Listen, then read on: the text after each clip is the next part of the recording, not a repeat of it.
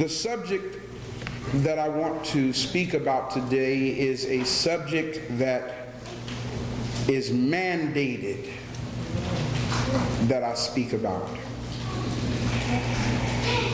The reason why this particular subject is mandated is because when the truth begins to shine forth, it causes people to go through what I call cognitive dissonance. What that means is when your mind has been molded and shaped to think a certain way,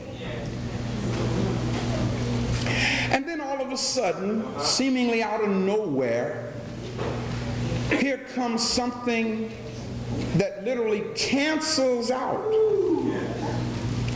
what you've been made to believe. It's only natural that the human mind says,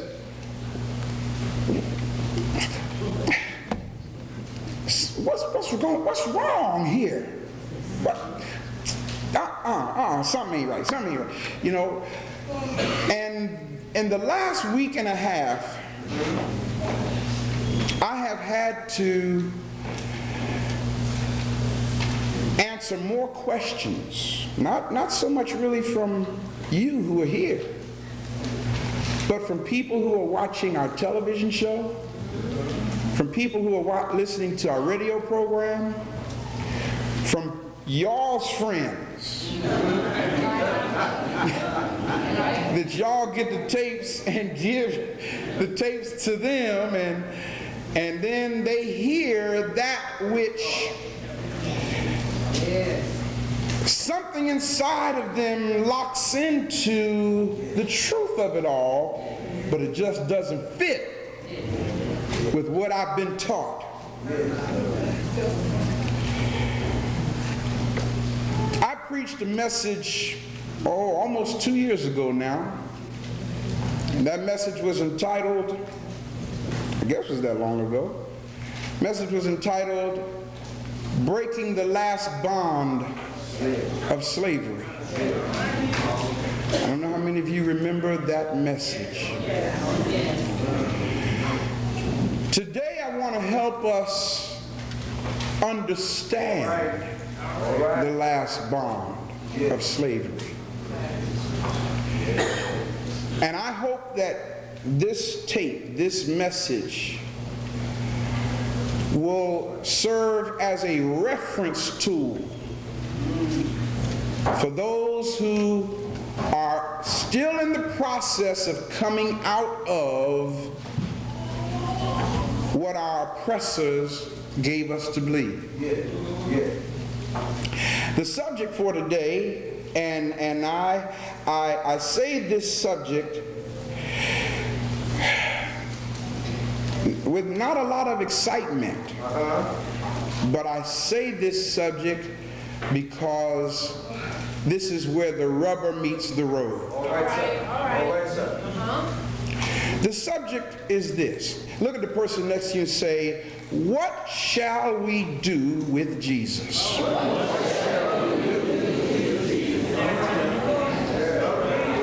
Yes, sir. This is where the rubber meets the road. What shall we do with Jesus? Why is that question so important? Now, I'm going to have to really take my time and talk slow in this message, okay? Hope I don't bore you, but I don't want nothing to move past you too fast to where you don't grab it. Yes, sir. Why would this question be so important? Why? The reason why the question is important is because we have, as a people, been programmed into a belief system that's really not about Jesus at all. Follow what I'm saying now. You have been taught that the person in the belief system is a person named Jesus. But the belief system that we have been taught is really a philosophical way of saying that you can be that which you know you shouldn't be and still be all right with God. Follow what I'm saying now. In other words, we have been taught that a man named Jesus bled on Calvary. And why did he bleed on Calvary? To pay the price. Talk back to me. Y'all ain't forgot that quick. To pay the price for our sin. Right? That's what we've been taught. That's what we've been taught. We've also been taught that the whole reason why he came to earth in the first place was to correct what Adam did in the Garden of Eden. Isn't that true? That's true. The problem is, Adam didn't exist.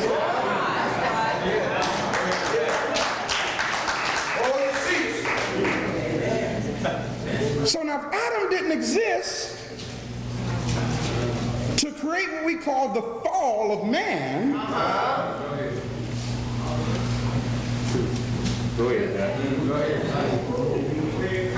but here's the thing. The whole Western world are taught in most schools and churches that Jesus Christ was a historical figure.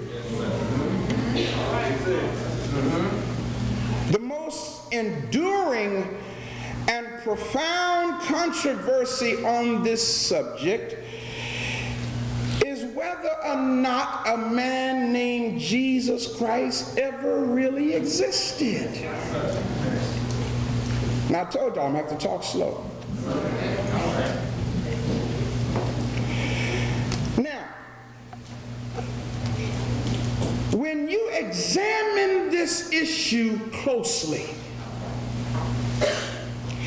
you will find that there's tremendous amount of volumes of literature that demonstrates logically and intelligently, time and time again, that Jesus Christ is in fact a mythological character along the same lines as Greek, Roman, Egyptian, Sumerian, Phoenician, Indian, or any other god men who are accepted by these various cultures. Am I going too fast? If you look deeper, you will uncover evidence that the Jesus character is based upon much older myths and heroes from all over the world. So, you understand that this story, therefore, is a historical representation of a Jewish rebel carpenter. In other words, brothers and sisters, it has been demonstrated continually for centuries that this character, Jesus Christ, was invented and did not depict a real person who was the, quote, everybody say, Son of God. Son of God. Take your time. In preparing this message, knowing that we're at that point now in the resurrection of African people, that there's some things that you're going to have to come to grips with if you expect to move any further. You understand what I'm saying? As painful as it might be, if you intend to move further, some realities you're going to have to come to grips with. If you want to move further, if you don't want to move further, cool, fine, no problem. But if you're going to move further, you're going to have to answer some real serious questions. Let's establish something, brothers and sisters. The only literary evidence, follow me well now, the only literary evidence to the existence of Jesus is what we call the Gospels. Matthew, Mark, Luke, and John. All of the supporting evidence to the existence of Jesus is wrapped up in these four Gospels. Well, I shouldn't say wrapped up in those four. There are others. There's what you call the Gospel of Jesus. There's what you call the Gospel of Thomas, the Gospel of Nicodemus, all these other Gospels, but the ones that we know of are in what we call the Bible, the four Gospels. Dozens of Gospels that were once considered genuine or canonical were later rejected as apocryphal or spurious, meaning not genuine or real, or vice versa. The Christian plagiarist, what did I just say? In other words, these people who decided to copy something from an earlier account and put a different name on it, over the centuries, they attempted to amalgamate and fuse practically every myth, every fairy tale, every legend, every doctrine or bit of wisdom that they could to create what we call the Jesus character. Now, I know what I'm saying is rubbing some of you like coarse sandpaper. Some of you might very well want to get up and leave. You have that right. But I guarantee you, if you do, you won't learn. Choice is yours.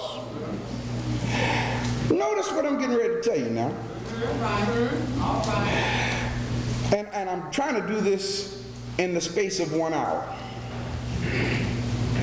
The legend of Jesus, notice how I said that, the legend of Jesus identically, what did I say? Identically parallels, that's the word they would have me use. Actually, it is an exact copy of the story of Osiris, Horus, first, second, Krishna, Buddha, and about 24 other saviors. But I'll just talk about the 3 that I just named. Let's check this out for a moment. Now, I'm talking about stories that predate the Christian story by thousands of years. You listen and take it to your own mental court of law, and y'all tell me what you come up with. No, don't tell me nothing. You tell yourself what you come up with. Let's go to the first one. Everybody say Horus. Horus. H-O-R-U-S. You may want to write it down. Horus, or the original name was Heru, H-E-R-U. His father's name was Osiris. The stories of Jesus and Horus are identical. Let me tell you something about Horus. Who did I say I'm talking about now? Horus. Horus was born of a virgin. Yes, sir. Her name was Aset or Isis. Horus was born on December 25th in a cave or manger, which we stood in while we were in Kemet, by the way. When Horus was born, his birth was announced by a star in the east. Yes, sir.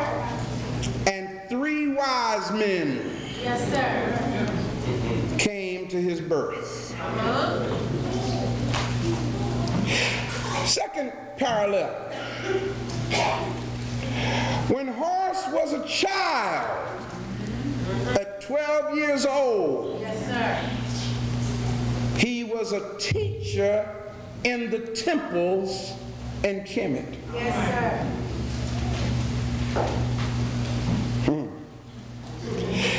When Horus was 30 years old, he was baptized by the Egyptian priest Anup, A-N-U-P, who of course becomes John the Baptist in the Bible. Horus, Heru, had 12 disciples. Go ahead. Go ahead. Horus, I'm talking about 6,000 years BC. How long ago did I say? 6,000 years BC. Horus performed miracles and raised a man from the dead. And the man who he raised from the dead, y'all guess what his name was? Let me tell you. Lazarus.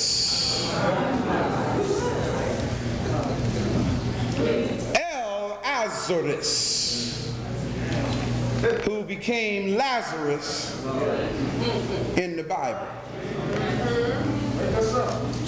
Horus walked on water. Horus, 6,000 years BC, was transfigured on a mountain in front of his disciples. Horus was crucified. Osiris Horus was crucified and buried in a tomb and resurrected 3 days later. All right. Osiris Horus was known as the way, the truth, and the life. He was called the Messiah. Osiris Horus was called God's anointed son. He was called the Son of Man. He was called the Good Shepherd. He was also called the Lamb of God.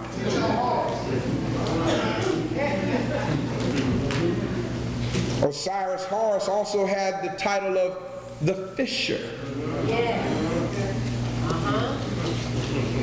Horus's personal epithet was Iusa, I-U-S-A, or which translates means to be the ever-becoming son of Ptah, the father. Horus was called Christ, K-R-S-T, Yes, sir. which means in Kemet, the anointed one. Now, did anything I say sound familiar?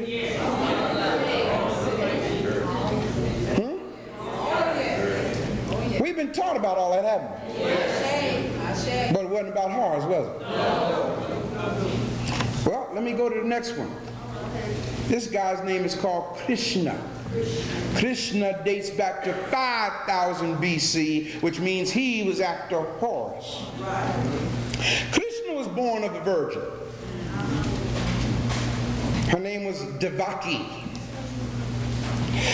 Krishna's father was a carpenter. Krishna's birth was attended by angels, wise men and shepherds, and they brought gold, frankincense, and myrrh to Krishna's birthday party.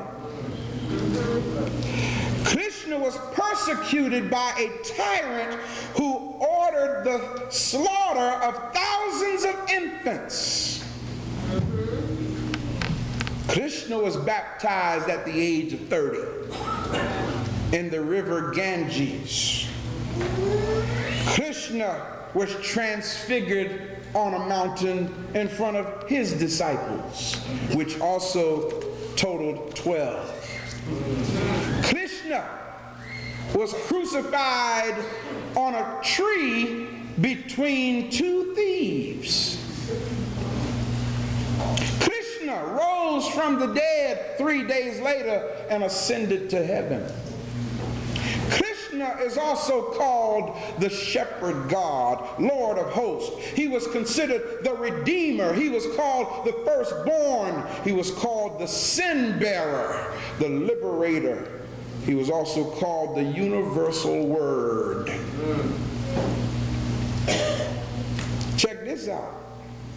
Just like Horus, Krishna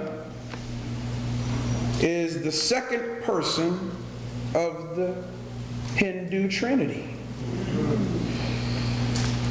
Krishna proclaimed himself as the resurrection and the way to the Father. Krishna was called the beginning, the middle, and the end, or what we call Alpha Omega. His disciples labeled him Jesus, spelled Jezeus. Sound familiar? Yes. What's really deep is Krishna, the Hindus will tell you today, they're waiting for his second coming, because he is supposed to return back to earth to do battle with the prince of evil in the final judgment day. Can I drop some more information on y'all? Y'all mighty quiet up here. Everybody say this. The Son of God, S-O-N, is the Son of God, S-U-N.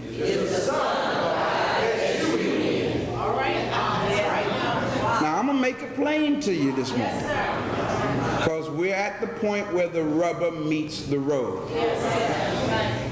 And see, this way, when people start asking me these questions and I got to keep sending all these emails and explaining all this, I can say, here, take this tape. And just listen to the tape for yourself. And then go do your own research to verify what I'm telling you. That's right. And you can take the tape also and listen to it 100 times if you want to. However many times you have to listen to it to learn. The reason, brothers and sisters, now follow this well, because what I'm getting ready to say now is deep. Okay? See, we haven't been taught to think on a deep level. All right. In fact, y'all, guess what? We haven't been taught to think, period. We've been told to listen. We haven't been taught to think. Now, what I'm getting ready to tell y'all now is deep. So I'm going to take my time, but you'll understand it. I'm going to make it plain to you. The reason why all these narratives are so similar, with a God-man who was crucified, resurrected, virgin born, is because we need to understand that these stories were based on the movements of the sun in the sky. We need to understand that. Yes, sir. Everybody say astrotheology. See, we have taken what was astrotheology and made it literal theology. We've made it historical theology. So we've taken that which did not literally exist or historically exist and incorporated it into our belief system as though it is fact. You understand what I'm saying? And that's why we can't agree with each other. Follow this well now. You have the sun. How many signs of the zodiac are there? Oh, ain't that deep? You have the S-O-N. How many disciples did he have? Oh, ain't that deep?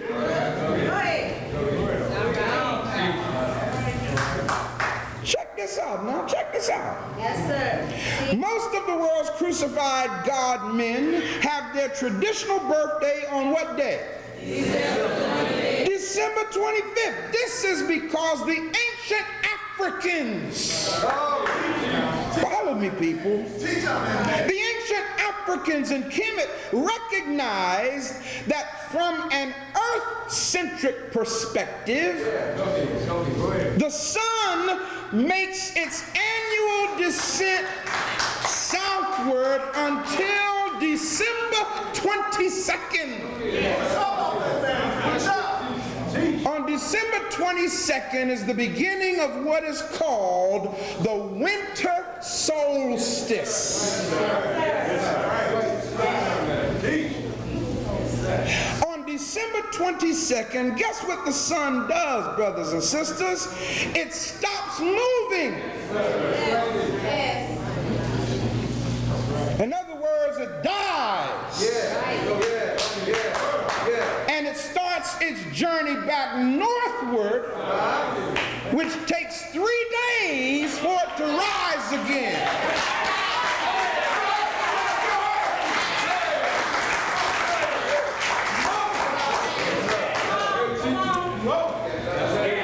It was during this time that the ancient Africans declared that God's Son, God's S-U-N, had died for 3 days and became born again or rose again on December 25th.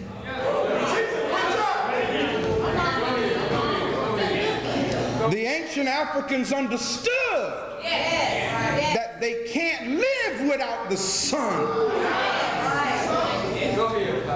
White man has made it the S-O-N and brainwashed us into thinking we can't live without the S-O-N that they fabricated when the ancient Africans were saying you can't live without the S-U-N. And I dare you to just try to have 15 minutes without the heat from the sun. And this whole planet will turn into one giant ice cube. Because the sun, S-U-N, giveth life.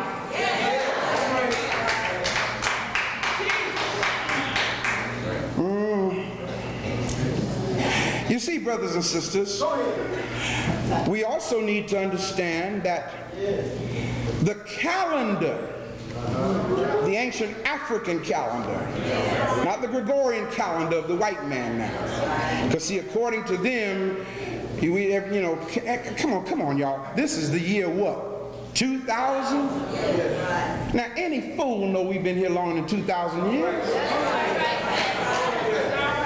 Who are they to determine the original African calendar began in the constellation of Virgo. Y'all hearing me? Yes. So therefore you can understand why it says the Son of God, the S-U-N, was born of a virgin. Because the first calendar began in the constellation of Virgo.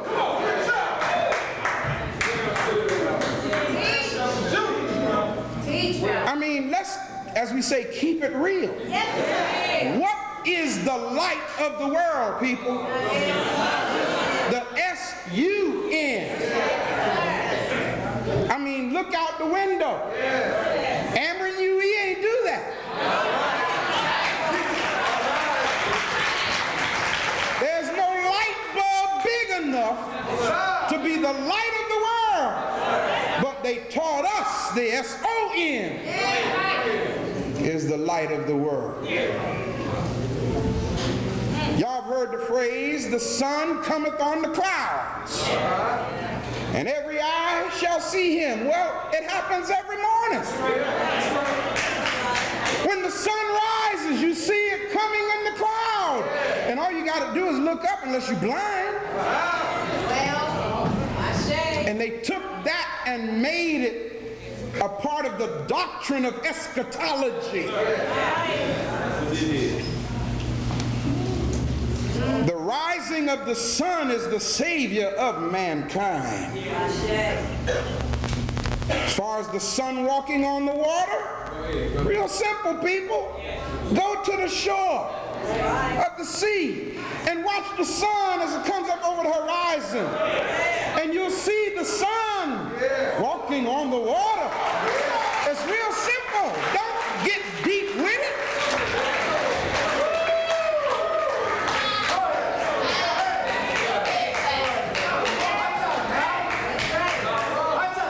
The ancient Africans understood that the Son of God is the Most High. Real simple. Because at high noon, good God Almighty, there's nothing higher than the S-U-N. And hence they came up with the title of calling Ra the Most High God. And that's why at high noon or at 12 o'clock or at the age of 12, he begins his Father's work, which they stole and put in the Bible, where he told his mama at 12 years old, I must be about my Father's business. The sun enters into each sign of the zodiac at the angle of 30 degrees. Hence you have Jesus entering his ministry at the age of 30 years old.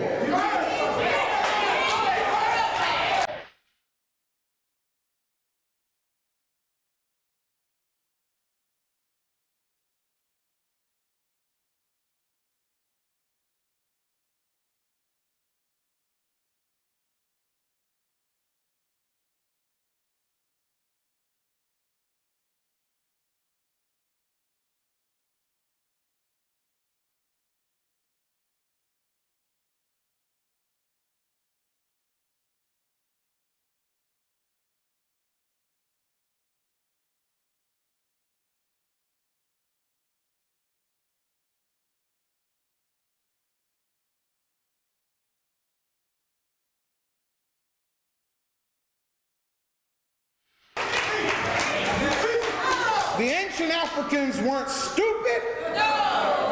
It's the white man who was stupid and came and tried to copy it and got it all wrong. Now what's deep here is the European with his invader mentality conquered our motherland, stole the truth and the esoteric meaning of what I just explained to y'all. But like I said, they ain't got it all up here yet to grasp it that well, so it became a literal presentation, and our slave masters taught us what they couldn't grasp. And you can't make sense of it, so you just have to believe it.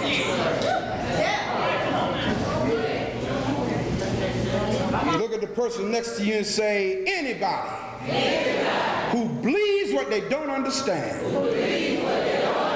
is on their way to becoming a fool.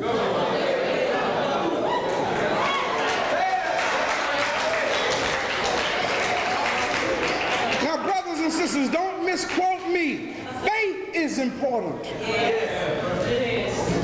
But I'm talking about having faith in God, not in some doctrine that our oppressor fabricated and handed to us.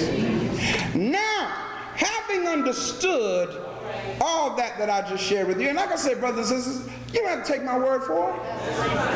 Get this tape. Listen to it if you got the integrity to do so. And go verify what I said for yourself. But having said all that, we're stuck with the question, what shall we do with Jesus? Look at the person next to you and say, I can't do anything with someone who never existed.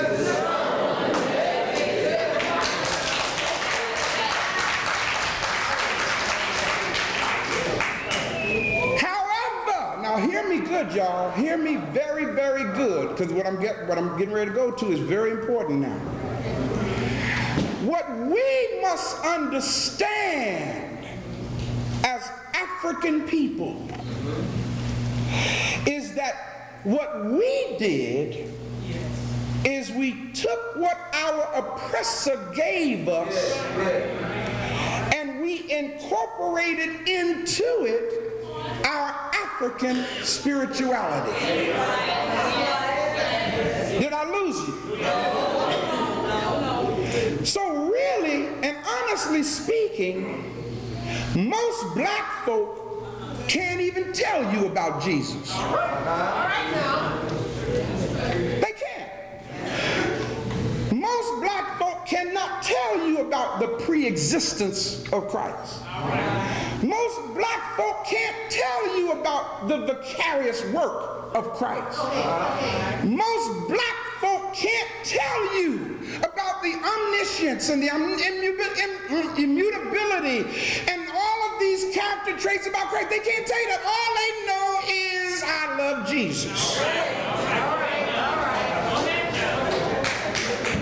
That's all they know. And their thing is, don't take my Jesus. From whatever you do, don't mess with my Jesus. What the thing is they don't realize is what they're calling Jesus is not really the fabrication that was handed to us by our oppressor. It's really how they feel about God. They've just been calling it what the oppressor told them to call it. You understand what I'm saying?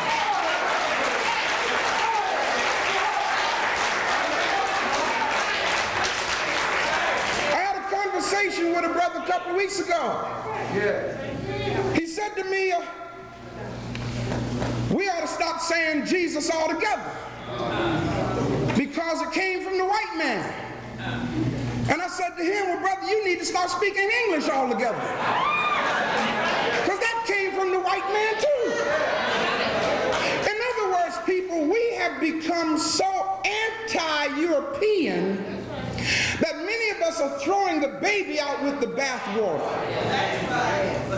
You following what I'm saying? And answering the question, what shall we do with Jesus? The answer is real simple. As I told you, if you think you're going in one direction and the lights come on and your eyes become open and you see that you're not going in the direction you thought you were going in, nobody shouldn't have to tell you what to do. The answer is inevitable, but now it's not really inevitable if you don't know where you want to go. If you don't know what direction you want to go in, you might as well keep going the way you're going. Because without a sense of direction, no matter which way you turn, you're still going to be lost. Am I making sense here? Many of us, and I want to address this morning, especially right here in the African Village Center, because God sent me to this place. There's no doubt in my mind about that. God sent me to this city to bring our people together and to raise us up from the mess we're in. And the first way that has to happen is we have to break the ground of the lies that have been put in place. That's step number one. Some people feel as though they can't even say the word Jesus. Now I'll tell you the truth. For a person who is young and learning and apt to information, I expect you to grasp the truth and apply it with far less difficulty than I expect our elders to grasp the truth and apply it. Let me tell you why. Because when you have been into something for 40, 50, 60, some of you even 70 years, you don't just stop that overnight. You don't, man. And if you did stop it overnight, I'd wonder how strong-minded you really are. Think about what I'm saying. However, regardless of how strong-minded you are, once you see for yourself the truth ought to dictate to you your course of action. I remember I was listening to a tape by Steve Coakley, and he was asking somebody if they had read the book that he had loaned them. And then he said, never mind, you don't have to answer. I can tell by your actions you haven't read the book. Because right knowledge will be manifested in your actions. Did I lose you? Right knowledge will be manifested in your actions. You follow what I'm saying? I look at our elders, and I've been burdened for our elders who are made to feel like they don't have it because they're not grasping this African consciousness as quickly as many younger people are. And I'm burdened for them because I don't want our elders to feel like they are wrong. Now hear what I'm saying, y'all. I don't want our elders, the very people whose prayers got us to where we are, the people who, to the best of their ability, lived the way they believed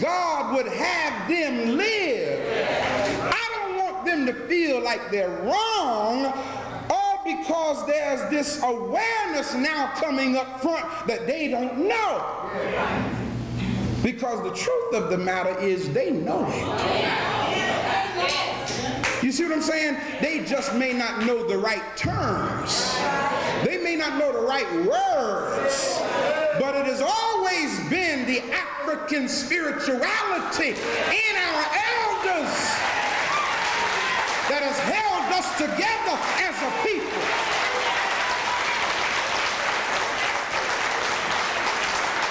A lot of us young folk have lost our compassion because you got a degree from the white man. You took a black studies course in school, so therefore you feel as though our elders who still say, oh Jesus, you feel like they don't know what they're talking about. Doggone it, if it wasn't for their strength and fortitude, you wouldn't went to school.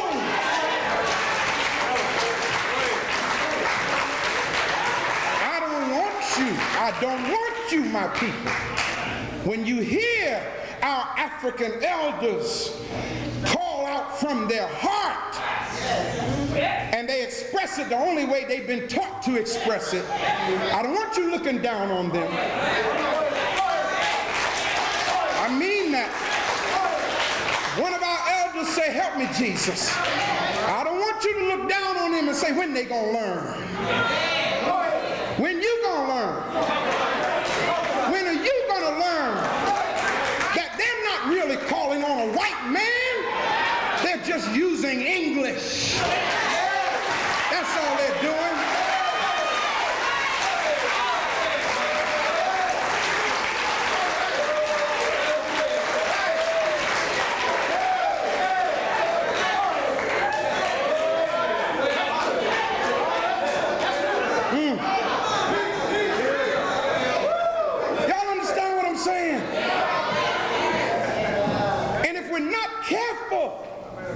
We will allow the same philosophy of our oppressor to divide the African village all over a world. Look at the person next to you and say, I must learn to see your heart and what you mean. That's what's important, brothers and sisters. That's what's important. When I listen to my elders, oh, it's amazing how some of us are so African conscious. We got the unmitigated audacity to stand up and say, may I have permission from my elders to speak? And then when they give you permission to speak, you turn around and disrespect them because they're trying to hold on to that which they know. Now, again, back to the question, what shall we do with Jesus? African elders, you hold on to what you know. Don't worry about the word. It's the concept that's in your heart. If you know God is a way maker and you call him Jesus and he's making a way for you, then you enjoy that way that's being made for you. Do y'all hear me? I don't care what you call it. God sees the heart. Doggone it, we better start learning how to see the heart. Okay, I'm trying to get there. I hope my point is getting clear here, y'all. Because see, I'm working too hard. I'm working too hard here, trying to bring us together as a people. To let this off-the-wall white man's mentality divide us because what's coming out your mouth is not accurate according to your limited awareness.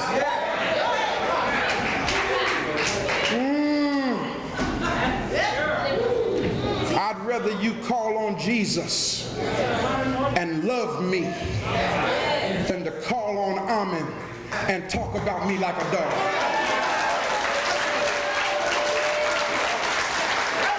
I'd rather you call on Jesus if that's what you got to say I'd rather you call on Jesus and lift your brother and sister up. Good God Almighty, and show them that you care about them, than to walk around here in dreads and beads and a dashiki and you too high up in the air to put your arms around somebody and show them you care about them.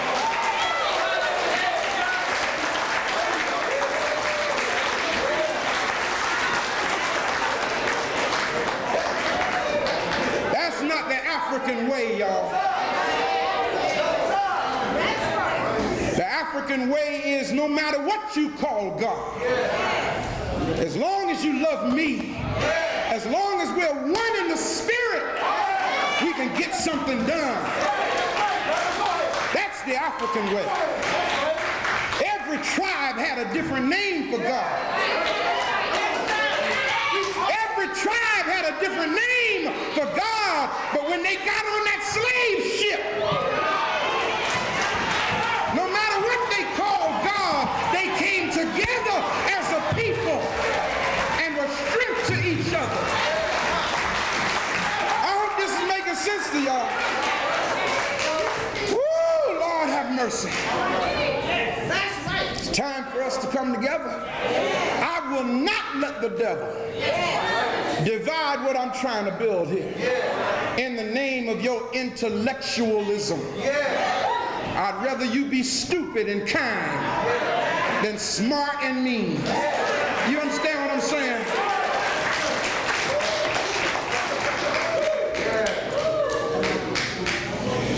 Yeah, buddy. I hope this is making sense. So what? So Pastor Hayden, why do you use the word almond? Because I've learned that our ancient Africans addressed God as that. We didn't start saying Jesus till the white man came along. But most of us in here, all we know is what the white man taught us. And you can only operate in that which you know, even if you mean something else. You understand what I'm saying? Yes. That's right, brother. So, African Village Center, New Ephesus. We're getting ready to go into 2001 already. I've watched different faiths come in here. Yes, sir. Yes, sir. Yeah. I've watched Hebrew Israelites come in here. Yes, I've watched Muslims come in here. I've watched those who say they stopped believing in God years ago come in here to learn. See what God is doing with us African people. God is using us to tear down the walls that our oppressor set up to divide us.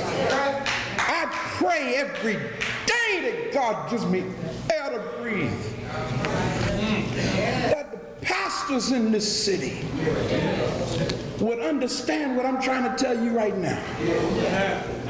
If our religious leaders ever understand that it's not about our doctrine, but it's about the power that we have as a people and God in us, if they ever understand that, there will be no stopping us as a people, and people has got to start somewhere.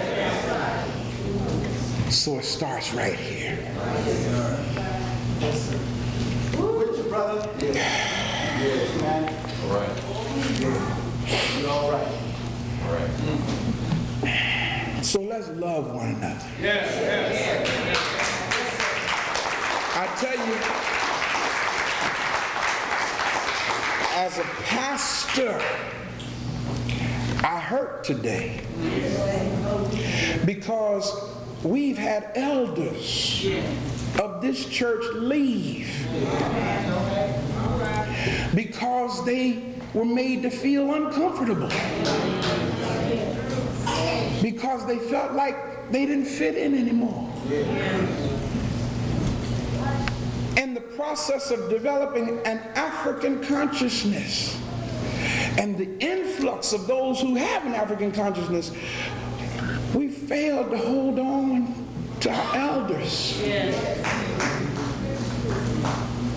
And when we as Africans fail to hold on to our elders, we ain't Africans.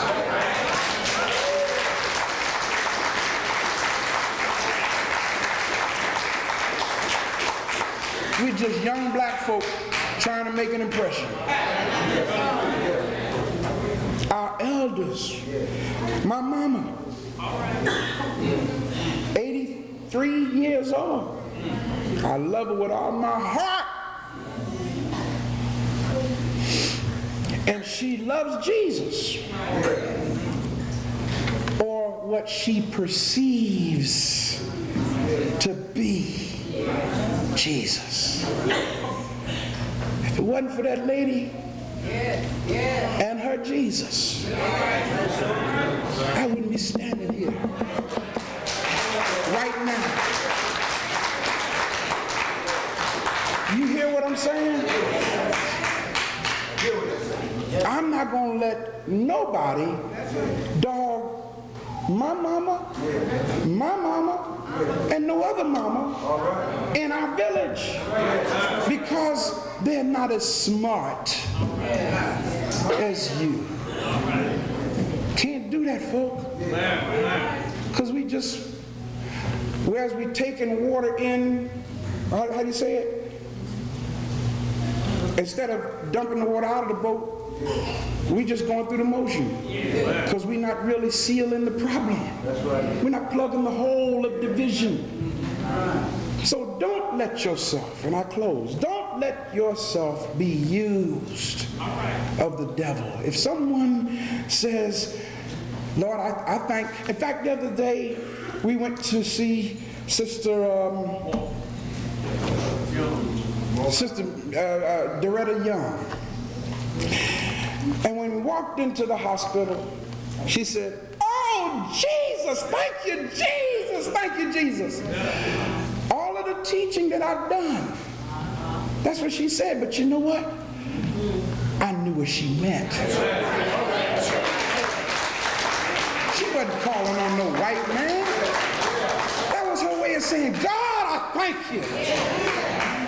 You understand what I'm saying? And we just hugged, and she kept talking to me. Oh, Jesus done blessed me today. Jesus done blessed me today. And I said, that's right, he sure has. Because that's where my mother is. That's where our elder is. You understand what I'm saying? Yeah. So, brothers and sisters, I plead with you. I beg you. Let us respect each other. Please.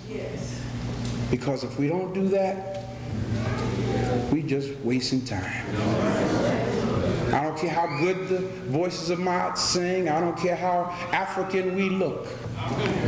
When we fail to honor one another, we're just as devilish as our oppressor.